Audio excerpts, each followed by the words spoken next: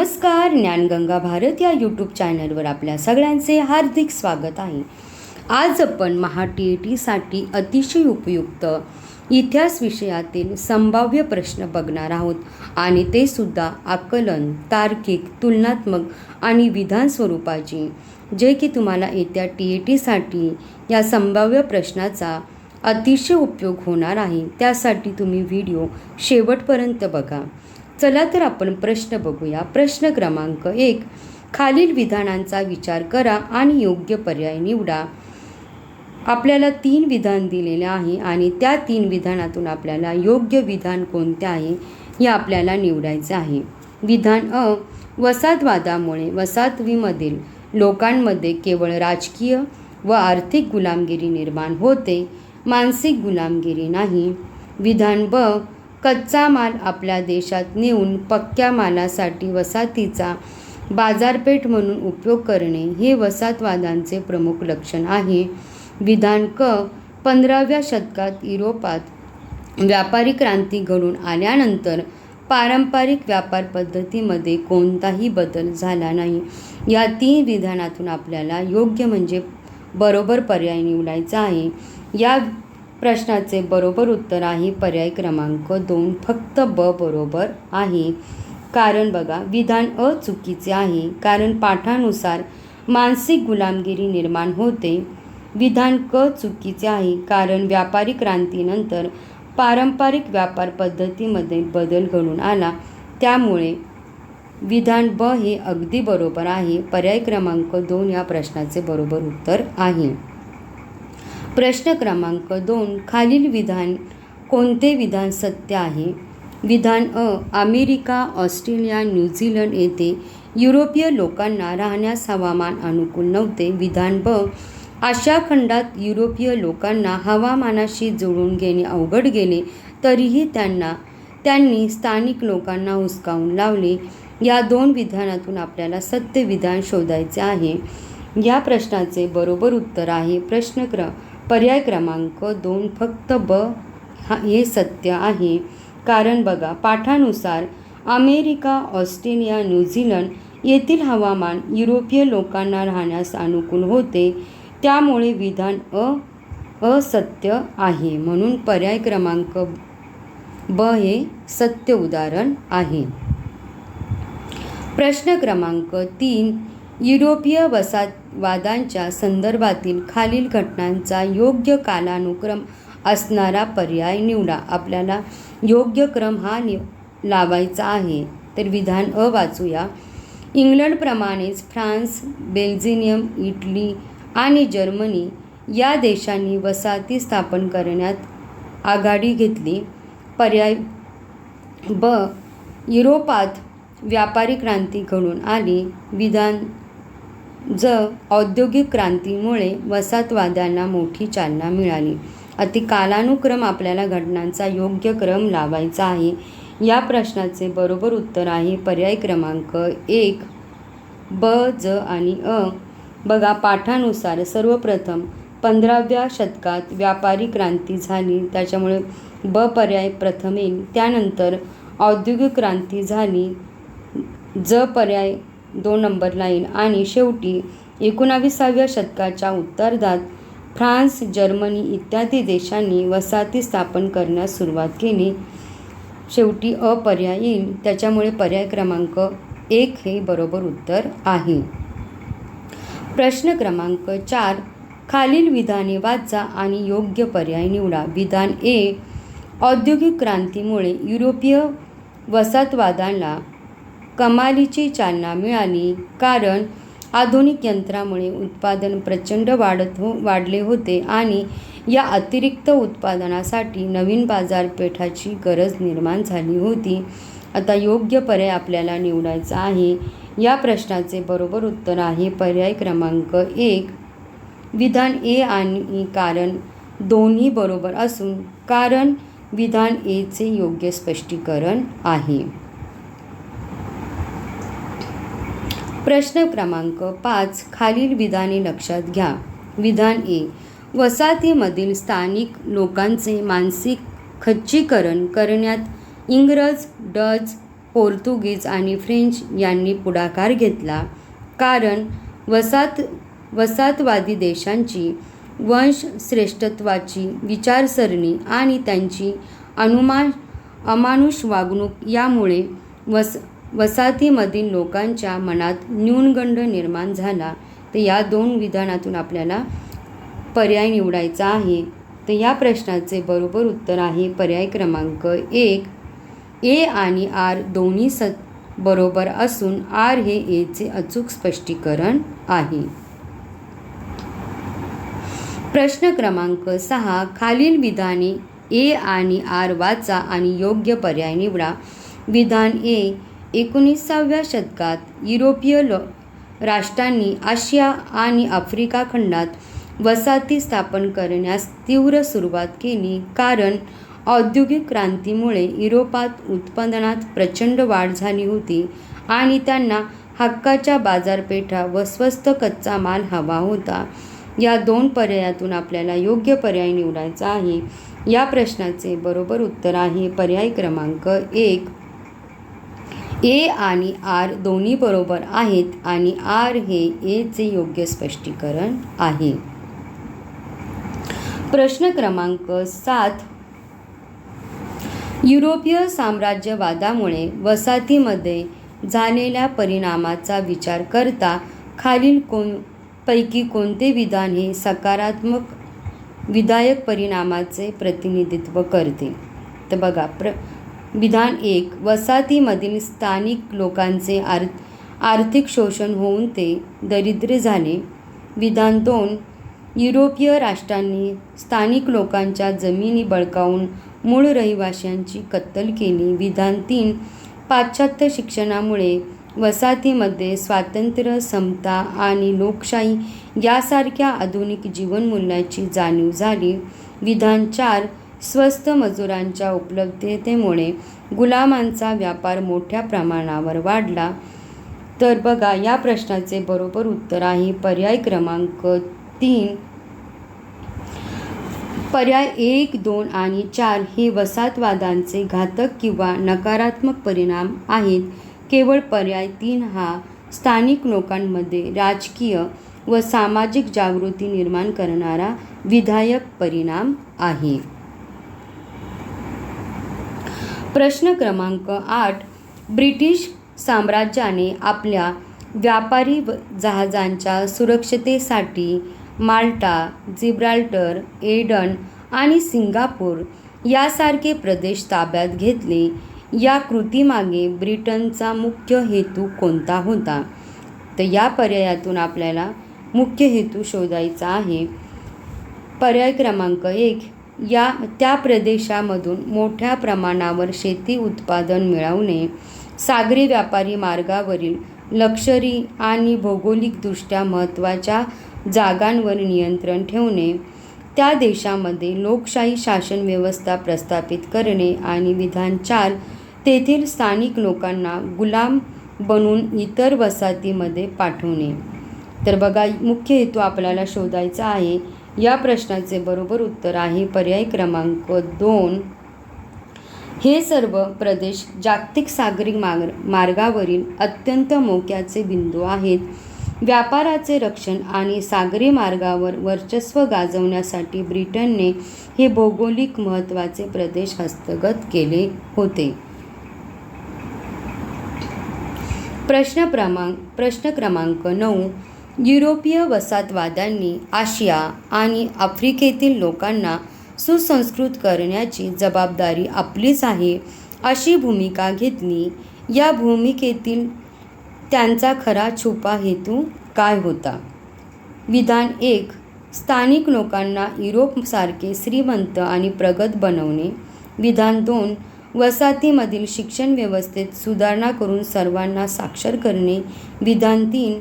आपल्या साम्राज्याला नैतिक अधिष्ठान देणे आणि ख्रिस्ती धर्माच्या प्रसाराला चालना देणे. विधान 4. वसाहतीमधील जुन्या राजेशाही पद्धती नष्ट करून तेथे प्रजासत्ताक आणणे. यातून आपल्याला खरा छुपा हेतू शोधायचा आहे. तर या प्रश्नाचे बरोबर उत्तर आहे पर्याय क्रमांक 3. व्हाईट मॅन्स बर्डन किंवा वंशश्रेष्ठत्वाची कल्पना हा युरोपीय राष्ट्रांनी आपल्या क्रूर शोषणाला आणि साम्राज्य विस्ताराला न्याय ठरवण्यासाठी वापरलेला एक मुखवटा होता.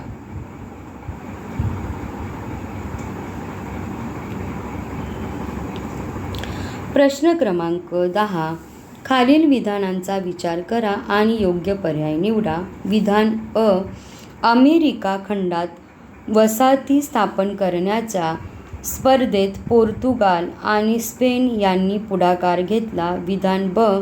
युरोपीय स्थलांतरांनी अमेरिकेतील मूळ रहिवाशांच्या संस्कृतीचा आदर करून त्यांना स्वायत्तता दिली.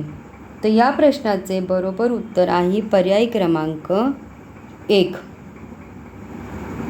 फक्त अ बरोबर आहे. कारण बघा, विधान अ ऐतिहासिकदृष्ट्या सत्य आहे, मात्र विधान ब पूर्णपणे चुकीचे आहे. कारण युरोपीय स्थलांतरांनी अमेरिकेतील मूळ रहिवाशांच्या जमिनी बळकावून मेक्सिको आणि पेरू मधील स्थानिक राज्ये नष्ट करून त्यांच्यावर गुलामगिरी लादली होती. त्यामुळे पर्याय फक्त अ बरोबर आहे. प्रश्न क्रमांक 11. विधाने आणि कारण तपासा. विधान अ. ब्रिटिश संसदेने अमेरिकन वसाहतीवर लावलेल्या करांना वसाहतवाद्यांनी तीव्र विरोध केला. कारण प्रतिनिधित्व नाही तर कर नाही हा वसाहतवाद्यांचा मुख्य नारा होता. कारण ब्रिटिश संसदेत त्यांचा कोणताही प्रतिनिधी नव्हता. या प्रश्नाचे बरोबर उत्तर आहे पर्याय क्रमांक 1.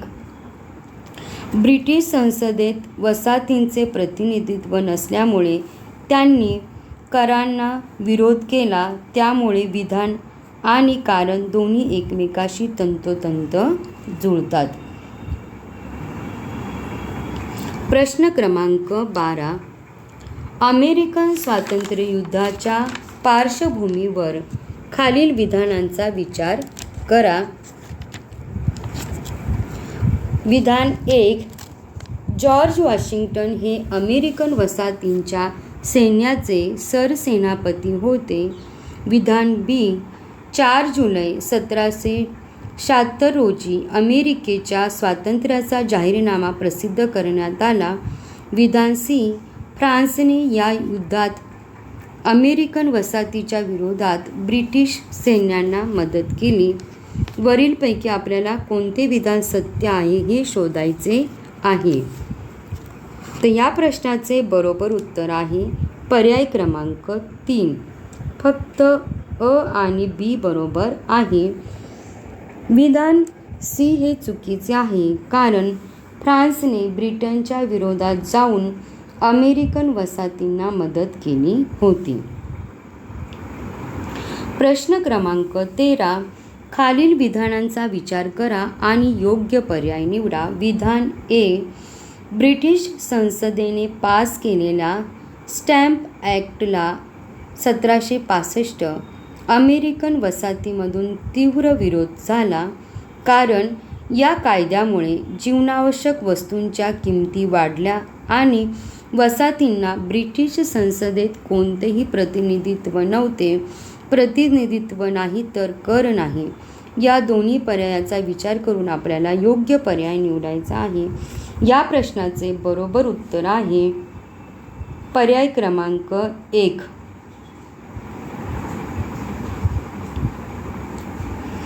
ब्रिटिश संसदेत वसाहतीचे प्रतिनिधित्व नसल्यामुळे त्यांनी कराला विरोध केला, ज्यामुळे वस्तू महागल्या. हे विधान आणि कारण एकमेकाशी तंतोतंत जुळतात. प्रश्न क्रमांक 14. बोस्टन टी पार्टी 1773 या ऐतिहासिक घटनेचा मुख्य हेतू काय होता? पर्याय विधान 1. ब्रिटिश चहाची चव आवडत नसल्यामुळे त्यांचा निषेध करणे. विधान 2. ईस्ट इंडिया कंपनीला मिळालेल्या चहा विक्रीच्या व्यापारी मक्तेदारीला विरोध करणे. विधान 3. बोस्टन बंदरावर ब्रिटिश जहाजांचे दळणवळण कायमचे बंद करणे. विधान 4 वसाहतीमधील गरीब लोकांना मोफत चहा उपलब्ध करून. या 4 पर्यायातून आपल्याला मुख्य हेतू काय होता हा पर्याय शोधायचा आहे. या प्रश्नाचे बरोबर उत्तर आहे पर्याय क्रमांक 2. ब्रिटिश संसदेने ईस्ट इंडिया कंपनीला चहा विकण्याची एकतर्फी मक्तेदारी दिली होती, ज्यामुळे स्थानिक व्यापाऱ्यांचे नुकसान होत होते. त्या अन्यायी धोरणाचा हा थेट विरोध होता. प्रश्न क्रमांक 15. थॉमस जेफरसन यांनी तयार केलेल्या स्वातंत्र्याचा जाहीरनाम्यात मानवाचे कोणते 3 निसर्गसिद्ध हक्क नमूद केलेले आहे? विधान 1 स्वातंत्र्य, समता आणि बंधुता. विधान 2 जीवन जगणे, मालमत्ता मिळवणे आणि व्यापार करणे. विधान 3 जीवन जगणे, स्वातंत्र्य आणि आनंद मिळवणे. विधान 4 समता, न्याय आणि धार्मिक स्वातंत्र्य. तर आपल्याला मुख्य हेतू शोधायचा आहे. तर या प्रश्नाचे बरोबर उत्तर आहे पर्याय क्रमांक 3.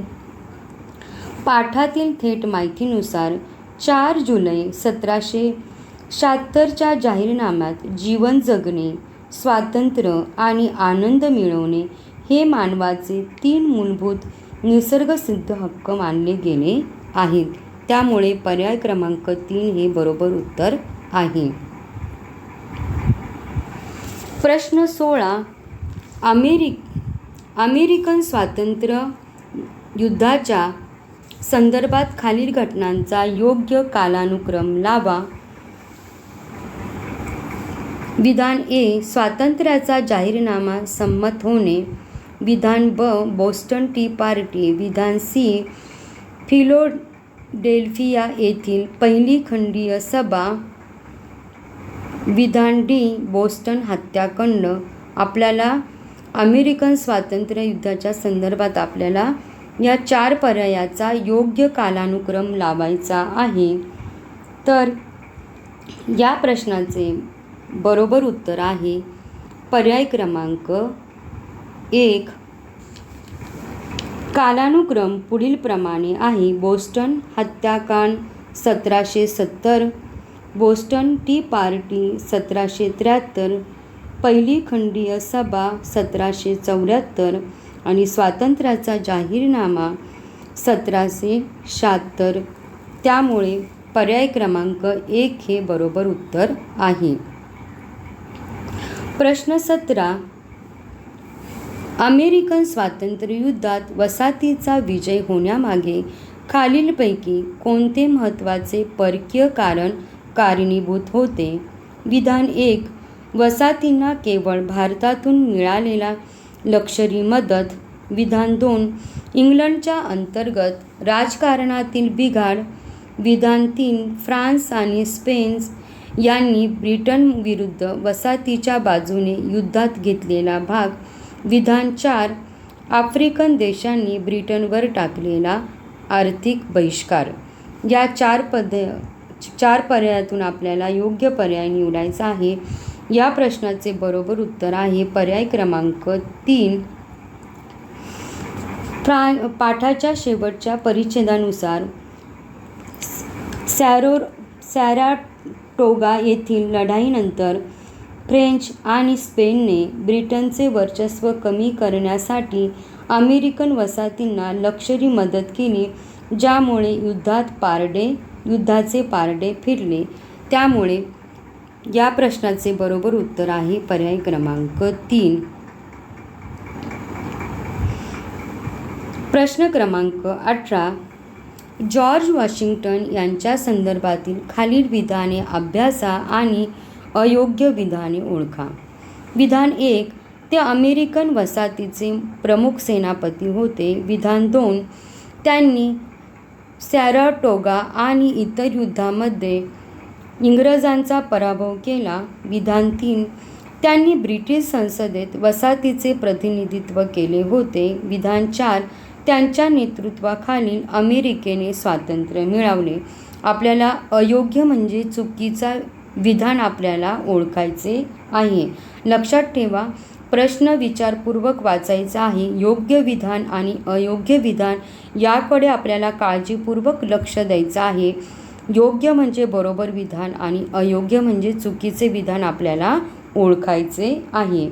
या प्रश्नाचे बरोबर उत्तर आहे पर्याय क्रमांक 3 हे अयोग्य विधान आहे. जॉर्ज वॉशिंग्टन हे वसाहतीचे सेनापती आणि नेते होते. त्यांनी ब्रिटिश संसदेत कधीही वसाहतीचे प्रतिनिधित्व केले नव्हते, कारण ब्रिटनने वसाहतींना प्रतिनिधित्व हे नाकारले होते. त्यामुळे या प्रश्नाचे अयोग्य विधान हे पर्याय क्रमांक 3 आहे. प्रश्न क्रमांक 19. ब्रिटिशांनी सिक्कीमला मध्यगत राष्ट्र म्हणून घोषित करण्यामागील मुख्य धोरणात्मक हेतू कोणता होता? तर आपल्याला या पर्यायातून मुख्य हेतू हा शोधायचा आहे. विधान 1. सिक्कीममधील स्थानिक जनतेला लोकशाही हक्क देणे. विधान बी. शेजारील बलाढ्य राष्ट्रांच्या उदाहरणार्थ चीन, रशिया संभाव्य आक्रमणापासून स्वतःच्या साम्राज्याचे रक्षण करणे. सिक्कीमचा थेट ब्रिटिश भारतात समावेश करून तेथे पूर्ण वसाहत स्थापन करणे. आणि विधान डी. दलाई लामाच्या धार्मिक प्रभावाला विरोध करणे. आपल्याला मुख्य हेतू शोधायचा आहे. या प्रश्नाचे बरोबर उत्तर आहे पर्याय क्रमांक बी बरोबर पर्याय आहे. कारण बफर झोनचा मुख्य उद्देश 2 मोठ्या आणि संभाव्य शत्रू देशांच्या दरम्यान एक तटस्थ किंवा संरक्षित क्षेत्र निर्माण करणे हा असतो, जेणेकरून मुख्य साम्राज्याला थेट धोका निर्माण होणार नाही. त्याच्यामुळे पर्याय क्रमांक बी हा बरोबर पर्याय आहे. प्रश्न क्रमांक 20. 1884च्या बर्लिन परिषदेचे आफ्रिका खंडाच्या इतिहासातील महत्त्व स्पष्ट करणारे योग्य विधान ओळखा. आपल्याला योग्य विधान ओळखायचे आहे.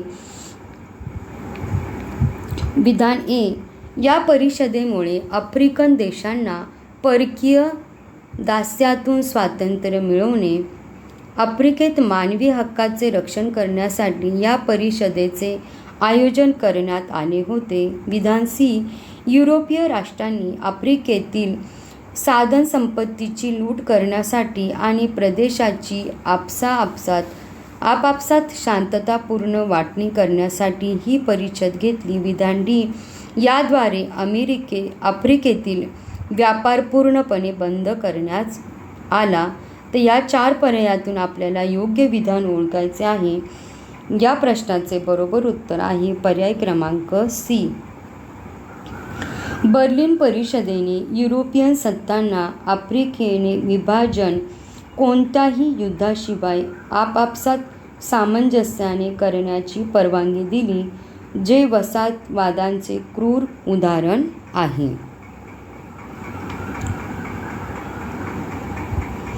प्रश्न क्रमांक 21. खालील विधाने वाचा आणि योग्य पर्याय निवडा. विधान ए. स्वातंत्र्य प्राप्तीनंतर लगेचच 1947मध्ये सिक्कीम पूर्णपणे भारतात विलीन झाले, कारण 1975मध्ये सिक्कीमच्या जनतेने भारतीय संघराज्यात सामील होण्याच्या बाजूने मतदान केले. या 2 विधानातून आपल्याला योग्य विधान निवडायचं आहे. या प्रश्नाचे बरोबर उत्तर आहे पर्याय क्रमांक डी. हे चुकीचे आहे, परंतु आर बरोबर आहे. कारण सिक्कीम 1947मध्ये लगेच विलीन झाले नव्हते, तर 1975मध्ये जनमताचा कौल घेतल्यानंतर ते भारताचे 22वे घटक राज्य बनले. त्याच्यामुळे पर्याय क्रमांक डी हे योग्य पर्याय आहे. प्रश्न क्रमांक 22. इयत्ता 8वीच्या वर्गात वसाहतवाद आणि आफ्रिकेचे विभाजन हा घटक शिकवताना विद्यार्थ्यांमध्ये टीकात्मक विचार क्षमता विकसित करण्यासाठी शिक्षकांनी खालीलपैकी कोणत्या कृतीला प्राधान्य द्यावे? तर आपल्याला 4 विधान दिलेले आहे, त्यातून आपल्याला कोणत्या कृतीला आपण योग्य प्राधान्य दिले पाहिजे हे आपल्याला शोधायचे आहे. तर या प्रश्नाचे बरोबर उत्तर आहे पर्याय क्रमांक बी. युरोपीय राष्ट्रांनी आफ्रिकेच्या नैसर्गिक साधनसंपत्तीचा स्वतःच्या फायद्यासाठी कसा वापर केला यावर चर्चा घडवून आणणे. कारण साधनसंपत्तीचा वापर आणि त्यांचे स्थानिक लोकांवर झालेले परिणाम यावर चर्चा केल्याने विद्यार्थ्यांमध्ये कारणभाव समजण्याची आणि विश्लेषण करण्याची क्षमता वाढते. त्याच्यामुळे पर्याय क्रमांक बी हे बरोबर उत्तर आहे. प्रश्न क्रमांक 23. 1949च्या करारानुसार भूटानच्या परराष्ट्र व संरक्षण धोरणात भारताची भूमिका सल्लागार राष्ट्राची आहे. हा मुद्दा वर्गात स्पष्ट करताना शिक्षकाने कोणत्या संकल्पनेवर भर दिला पाहिजे? बघा, येत्या 28 जूनला जी TAT होणार आहे त्यामध्ये अशाच स्वरूपाचे प्रश्न तुम्हाला विचारण्यात येणार आहे. त्याच्यामुळे हा व्हिडिओ तुम्हाला अत्यंत फायदेशीर ठरणार आहे. बघा, या प्रश्नाचे बरोबर उत्तर आहे पर्याय क्रमांक बी बरोबर उत्तर आहे आंतरराष्ट्रीय संबंध आणि परस्पर सहकार्य. कारण 2 स्वतंत्र देशांमधील अशा प्रकारचे करार हे परस्परांवर विश्वास, प्रादेशिक सुरक्षा आणि राजनैतिक सहकार्याचे प्रतीक असतात. त्याच्यामुळे पर्याय क्रमांक बी हा बरोबर उत्तर आहे. प्रश्न क्रमांक 24. इतिहास शिकवताना प्राथमिक स्रोत आणि दुय्यम स्रोत यातील फरक समजण्यासाठी वरील पाठातील कोणते उदाहरण सर्वात योग्य ठरेल? तर या प्रश्नाचे बरोबर उत्तर आहे पर्याय क्रमांक ए.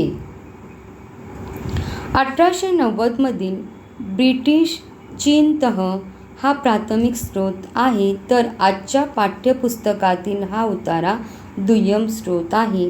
कारण घटनेच्या वेळी तयार केलेले प्रत्यक्ष दस्तऐवज जैसे की तहपत्रे हे प्राथमिक स्रोत असतात, तर त्यावर नंतर लिहिलेले ग्रंथ किंवा पाठ्यपुस्तके हे दुय्यम स्रोत असतात. त्याच्यामुळे पर्याय क्रमांक ए बरोबर आहे. प्रश्न क्रमांक 25. इतिहासाच्या शिक्षका वर्गात भारताची फाळणी हा विषय शिकवत आहेत. विद्यार्थ्यांमध्ये ऐतिहासिक बहुल दृष्टिकोन आणि विश्लेषण क्षमता विकसित करण्यासाठी खालीलपैकी कोणती पद्धत सर्वात योग्य ठरेल? आपल्याला योग्य पर्याय निवडायचा आहे आणि या प्रश्नाचे बरोबर उत्तर आहे पर्याय क्रमांक बी.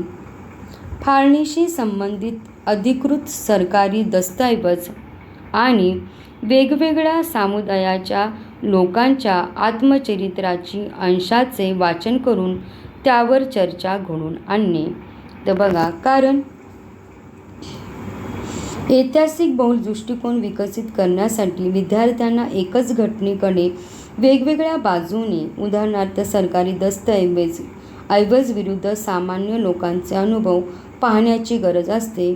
पर्याय बी प्राथमिक आणि दुय्यम स्रोताच्या विश्लेषणावर भर देतो, ज्यामुळे विद्यार्थ्याची तर्कक्षमता वाढते.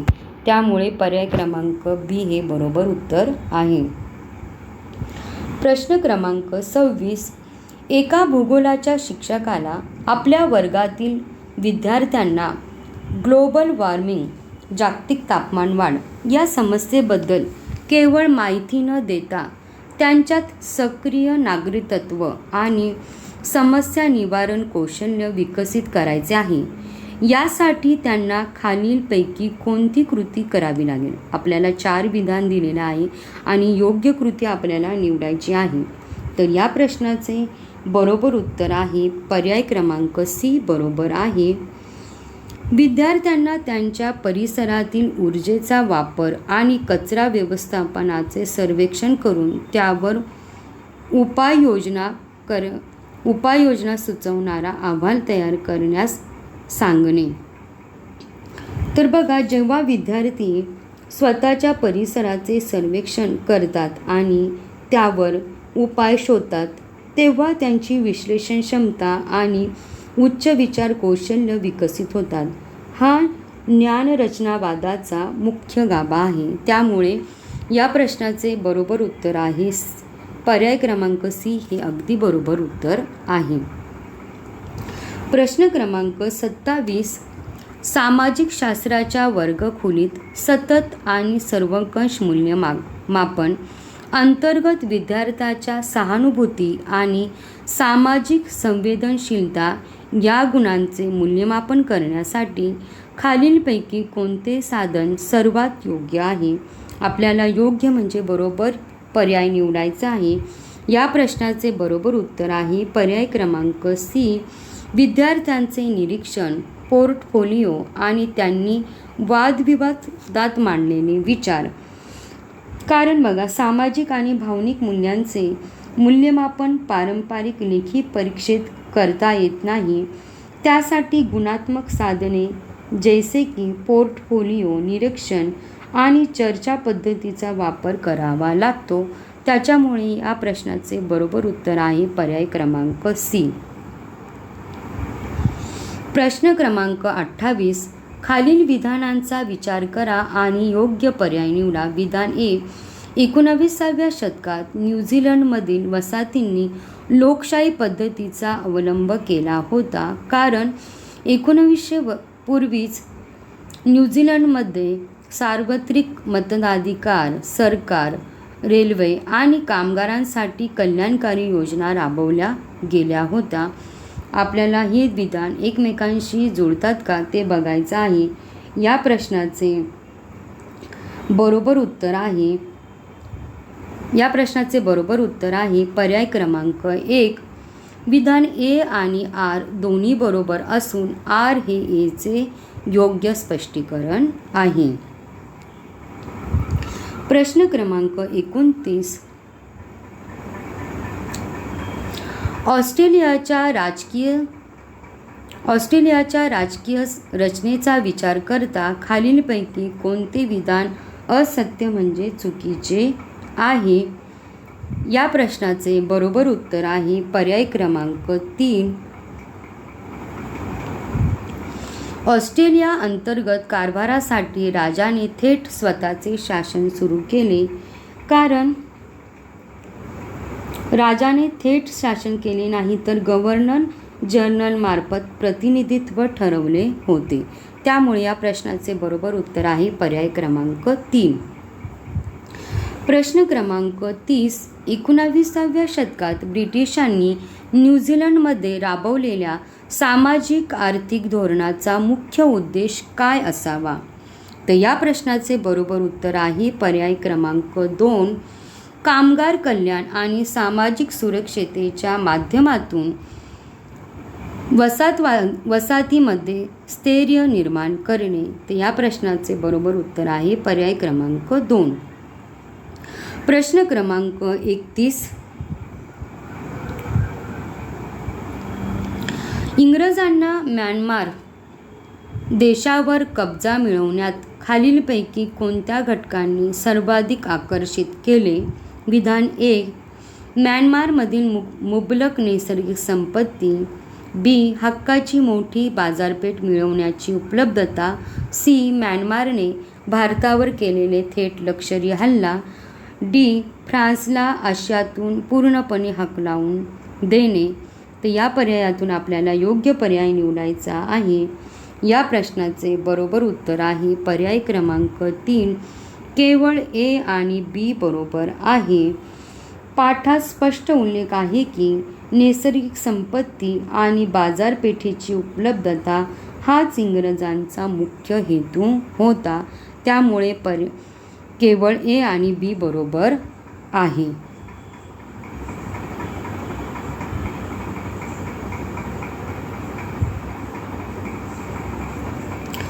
प्रश्न क्रमांक 32.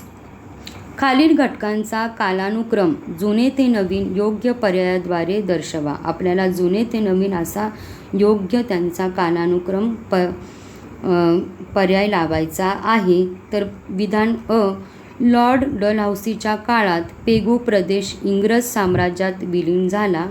बी, म्यानमारचा राजा थिबानने फ्रान्स व इटलीशी व्यापारी करार करण्याचा प्रयत्न केला.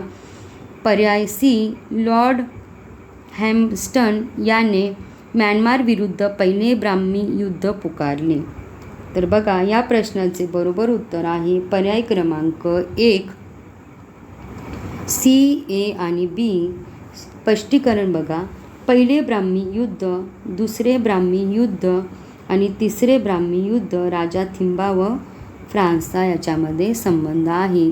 त्याच्यामुळे पर्याय क्रमांक 1 या प्रश्नाचे बरोबर उत्तर आहे. प्रश्न क्रमांक 33, तिसरे ब्राह्मी युद्ध होण्यामागे इंग्रजांची कोणती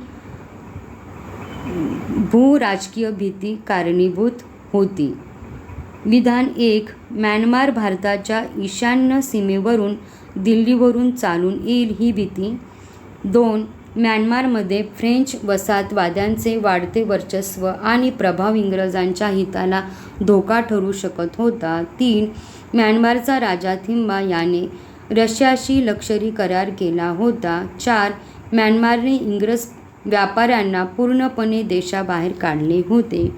या प्रश्नाचे बरोबर उत्तर आहे पर्याय क्रमांक 2,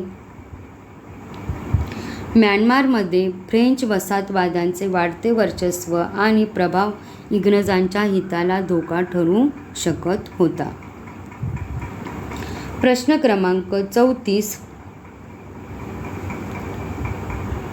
इंग्रजांच्या वसाहतवादी धोरणाचा अभ्यास करता पहिले ब्राह्मी युद्ध संपल्यानंतर झालेल्या तहाचे परिणाम काय दर्शवतात? तर या प्रश्नाचे बरोबर उत्तर आहे पर्याय क्रमांक 3, इंग्रजांनी आर्थिक, लष्करी भरपाई आणि प्रादेशिक मणिपूर किनारी प्रदेश दोन्ही आघाड्यांवर म्यानमारचे शोषण केले होते. त्यामुळे पर्याय क्रमांक 3 बरोबर उत्तर आहे. प्रश्न क्रमांक 35, खालील विधानांपैकी साम्राज्याअंतर्गत स्वशासन या संकल्पनेला न्यूझीलंडच्या संदर्भाने कोणते विधान योग्य प्रकारे स्पष्ट करते? तर या प्रश्नाचे बरोबर उत्तर आहे पर्याय क्रमांक 2, ब्रिटिश साम्राज्याच्या छत्रछायेखाली राहून अंतर्गत कारभारात लोकशाही व स्वशासनाचा अधिकार मिळवणे हा पर्याय योग्य पर्याय आहे. प्रश्न क्रमांक 36, सुएझ कालव्याच्या निर्मितीच्या सुरुवातीचा संपूर्ण खर्च इजिप्तने केला होता. ब, आर्थिक संकटामुळे इजिप्तला सुएझ कालवा कंपनीचे शेअर्स विकायला काढावे लागले. क, इंग्लंडने हे शेअर्स खरेदी केल्यामुळे त्यांचे इजिप्तवर राजकीय व आर्थिक वर्चस्व निर्माण झाले. वरीलपैकी कोणते विधान सत्य आहे आपल्याला ओळखायचे आहे? तर या प्रश्नाचे बरोबर उत्तर आहे पर्याय क्रमांक 4, अ, ब आणि क. सर्व पर्याय बरोबर आहे. उतार्यानुसार सुरुवातीला खर्च इजिप्तने केला, पण खर्च वाढल्याने कर्ज द्यावे लागते. ते फेडण्यासाठी शेअर्स विकावे लागले जे इंग्लंडने खरेदी केले आणि पर्यायाने इजिप्तवर इंग्लंडचे वर्चस्व हे आले. प्रश्न क्रमांक 37, विधान ए, इंग्लंडसाठी सुदान या देशावर ताबा मिळवणे भूराजकीयदृष्ट्या अत्यंत महत्त्वाचे होते, कारण सुदान हा देश इजिप्तच्या दक्षिणेकडे होता आणि आफ्रिकेची जीवनवाहिनी असलेल्या नाईल नदीचा उगम सुदानमध्ये होत होता. आपल्याला योग्य पर्याय निवडायचा आहे. या प्रश्नाचे बरोबर उत्तर आहे पर्याय क्रमांक 1, ए आणि आर दोन्ही बरोबर आहेत आणि आर हे एचे योग्य स्पष्टीकरण आहे, कारण नाईल नदी ही इजिप्त आणि आसपासच्या प्रदेशाची जीवनवाहिनी होती. नदीच्या उगमावर नियंत्रण असणे म्हणजेच संपूर्ण प्रदेशाच्या पाण्याचा स्रोतवर नियंत्रण असणे होय. म्हणूनच इंग्लंडसाठी सुदान महत्त्वाचा होता. प्रश्न क्रमांक 38. पूर्व आफ्रिकेच्या संदर्भात इंग्लंड, फ्रान्स आणि जर्मनी यांनी परस्परांचे हितसंबंध राखण्यासाठी केलेल्या करारावरून युरोपीय राष्ट्राच्या कोणत्या मानसिकतेचे दर्शन घडते? तर या प्रश्नाचे बरोबर उत्तर आहे पर्याय क्रमांक 3. आपापसातील संघर्ष टाळून आफ्रिकेची भूमी आपापसात वाटून घेणे ही साम्राज्यवादाची युती होती. कारण उतारात नमूद केल्याप्रमाणे त्यांनी आपापसात करार करून झांझिबारच्या सुलतानचा प्रदेश आणि किनारपट्टी आपसात वाटून घेतली. हा निव्वळ साम्राज्यवादी आणि वसाहतवादी हेतू होता. प्रश्न क्रमांक 39. दक्षिण आफ्रिकेत ब्रिटिशांनी युनियन ऑफ साऊथ आफ्रिका अंतर्गत वेगवेगळ्या वसाहतीचे एकत्रीकरण का केले? त्यामागील मुख्य आर्थिक कारण काय होते? तर बघा, या प्रश्नाचे बरोबर उत्तर आहे पर्याय क्रमांक 2. जोहन्सबर्ग व इतर भागात सोन्याच्या खाणी सापडल्यामुळे आर्थिक नियंत्रणाचा विस्तार करणे. कारण उतारात स्पष्ट म्हटले आहे की जोहन्सबर्ग येथे सोन्याच्या खाणी सापडल्यानंतर युरोपीय राष्ट्रे तिकडे आकर्षित झाली आणि 1909 मध्ये ब्रिटिशांनी वसाहतींचे एकत्रीकरण करून युनियन ऑफ साऊथ आफ्रिकाची स्थापना केली. त्यामुळे पर्याय क्रमांक 2 हे बरोबर उत्तर आहे. प्रश्न क्रमांक 40. प्रश्न क्रमांक 40. छत्रपती शिवाजी महाराजांच्या आज्ञापत्रिकेतील परकीय व्यापाराविषयीच्या धोरणाचा विचार करता खालीलपैकी कोणते विधान दूरदृष्टीचे अचूक वर्णन करते? तर बघा, प्रश्न क्रमांक 40. छत्रपती शिवाजी महाराजांच्या आज्ञापत्रातील परकीय व्यापाराविषयीच्या धोरणाचा विचार करता खालीलपैकी कोणते विधान त्यांच्या दूरदृष्टीने अचूक वर्णन करते? तर या प्रश्नाचे बरोबर उत्तर आहे पर्याय क्रमांक बी. ते केवळ व्यापारी नसून लष्करी व राजकीय वर्चस्व मिळवण्याची महत्त्वाकांक्षा बाळगून होते. प्रश्न क्रमांक 41. परकीय व्यापाऱ्यांना जलदुर्गाजवळ किंवा समुद्र किनाऱ्यावर वखारीसाठी जागा देऊ नये या शिवकालीन नियमामागील मुख्य तार्किक कारण काय असावे? तर या प्रश्नाचे बरोबर उत्तर आहे पर्याय क्रमांक ए. त्यांच्याकडे प्रगत नौदल आणि तोफखाना असल्यामुळे ते किनारपट्टीवरून राज्याला धोका निर्माण करू शकत होते. प्रश्न क्रमांक 42. खालील विधाने ए आणि कारण वाचा आणि योग्य पर्याय निवडा. विधान ए. मराठा साम्राज्याने पोर्तुगीज, इंग्रज आणि डच यांच्या विरोधात आक्रमक व लवचिक धोरण अवलंबले. कारण परकीय सत्तांचा पराभव करणारी मराठा ही त्या काळातील एकमेव प्रबळ भारतीय सत्ता ठरली.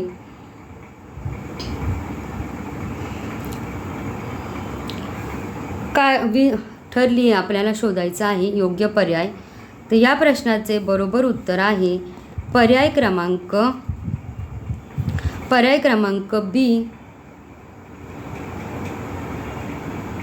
ए आणि आर दोन्ही बरोबर आहेत, पण आर हे एचे योग्य स्पष्टीकरण नाही. प्रश्न क्रमांक 43. एका शिक्षकाला वर्गात लोकशाहीची समता हा घटक शिकवायचा आहे. खालीलपैकी कोणती कृती विद्यार्थ्यांमध्ये तार्किक आणि चिकित्सक विचार प्रवृत्त करण्यासाठी सर्वात योग्य ठरेल? तर या प्रश्नाचे बरोबर उत्तर आहे पर्याय क्रमांक बी. वर्गात मध्यान्ह भोजन म्हणजे मिड डे मील योजनेदरम्यान सर्व जातीच्या मुलांनी एकत्र बसून जेवणाच्या अनुभवावर चर्चा घडवून आणणे हे लोकशाहीतील समता यासाठी योग्य उदाहरण ठरेल. प्रश्न क्रमांक 44. भारतीय संविधानाच्या सरनाम्यातील धर्मनिरपेक्ष या शब्दाचा तार्किक अर्थ खालीलपैकी कोणता आहे? तर या प्रश्नाचे बरोबर उत्तर आहे पर्याय क्रमांक बी. राज्य सर्व धर्मांना समान संरक्षण आणि आदर देते, तसेच राज्याचा स्वतःचा असा कोणताही अधिकृत धर्म नाही. प्रश्न क्रमांक 45. विधान ए. छत्रपती शिवाजी महाराजांनी कल्याण आणि भिवंडी ताब्यात घेतल्यामुळे पोर्तुगीज सावध झाले, कारण शिवाजी महाराजांनी आरमार उभारल्यामुळे पश्चिमेकडील सागरी सत्तांना आपल्या वर्चस्वाला धोका निर्माण होईल असे वाटू लागले. तर या प्रश्नाचे बरोबर उत्तर आहे पर्याय क्रमांक 1. ए आणि आर दोन्ही बरोबर आहेत आणि आर हे एचे योग्य स्पष्टीकरण आहे, कारण मराठ्यांचे स्वतःचे आरमार तयार झाल्यामुळे पोर्तुगीज जे स्वतःला समुद्राचे राजे समजत होते ते सावध झाले. त्यामुळे विधान आणि कारण दोन्ही परस्परांशी सुसंगत आहे. प्रश्न क्रमांक 46. कालानुक्रम लावा. खालील ऐतिहासिक घटनांचा योग्य कालानुक्रम ओळखा. ए. शिवाजी महाराजांनी फोंड्याच्या किल्ल्याला वेढा दिला. बी. शिवाजी महाराजांनी बारदेशवर स्वारी केली. सी. मराठ्यांचे आरमार कर्नाटकाच्या सागर किनाऱ्यावरून जाताना पोर्तुगीजांनी त्यांची जहाजे पळून लावली. तर या प्रश्नाचे बरोबर उत्तर आहे पर्याय क्रमांक 2. CAB असा क्रम येईल, कारण पाठातील संदर्भानुसार 1664 मध्ये आरमारी जहाजे पळवण्याची घटना घडली, त्याच्यामुळे पर्याय क्रमांक सी 1 नंबर येईल. त्यानंतर 1665 मध्ये फोंड्याच्या किल्ल्याला वेढा दिला गेला, 2 नंबरला ए पर्याय येईल. आणि 3 नंबरला बी. पोर्तुगीजांच्या धार्मिक धोरणेमुळे असंतोष निर्माण झाल्याने 1667 मध्ये महाराजांनी बारदेशवर स्वारी केली, त्यामुळे पर्याय क्रमांक 2 बरोबर उत्तर आहे. प्रश्न क्रमांक 47. पोर्तुगीज आणि मराठे यांच्या राजकीय संबंधाबाबत खालीलपैकी कोणते विधान अयोग्य आहे? आपल्याला अयोग्य म्हणजे चुकीचे विधान ओळखायचे आहे. तर या प्रश्नाचे बरोबर उत्तर आहे पर्याय क्रमांक 3.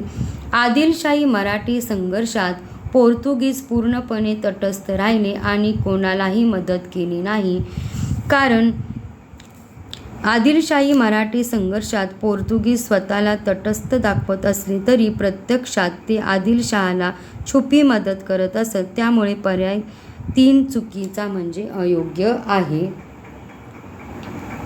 प्रश्न क्रमांक 48.